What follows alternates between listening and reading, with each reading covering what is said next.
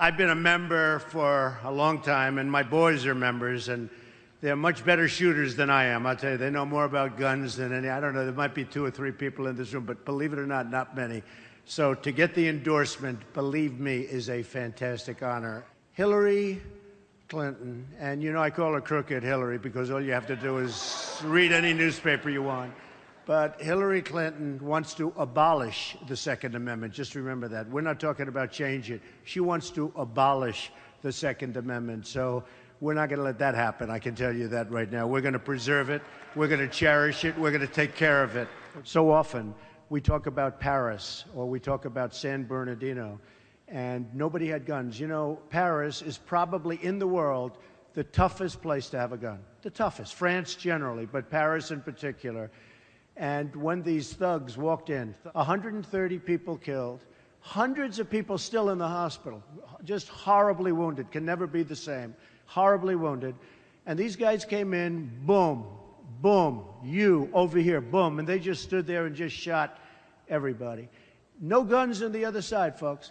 If you would have had guns on the other side, if I took a couple of these folks in here, some especially wearing the red caps, Make America Great Again, I promise there wouldn't have been 130 people killed and hundreds of people lying in the hospital to this day. It might not have happened, because if they knew there were guns in the room, it might not have happened.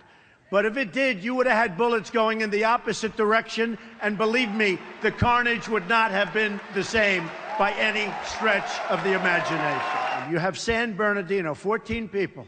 They worked with these two. They worked with them. They gave them a baby shower. They had a baby. The people they worked with gave them a baby shower. They walked in, no guns on the other side. They had the guns, and they killed 14 people, many wounded, many in the hospital to this day, but they wounded many. But they killed 14 of their coworkers, and the coworkers thought they were friends. So there's something going on. Now, I tell you again, same story. If we had guns on the other side, it wouldn't have been that way. I would have, boom. If we had guns on the other side, it wouldn't have been that way. I can't stress in any stronger fashion, whoever the next president is going to appoint, from 3 to 5 judges.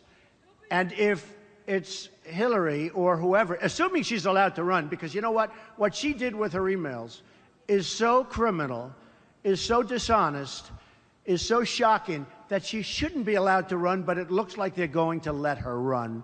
And that's okay with me, because really, I do want to run against her. I have to be honest with you. I'd like to call for Hillary Clinton to put together a list also, okay? Let her put together a list, because I'd like to see what that list consists of. And you will see, it's day and night, okay? Day and night. And it will not be good for the people in this room. And it won't be good, by the way, for the people of our country, most importantly. Americans use guns to defend themselves against violent crime more than 1 million times a year, okay? More than 1 million times a year. And they want to take them away.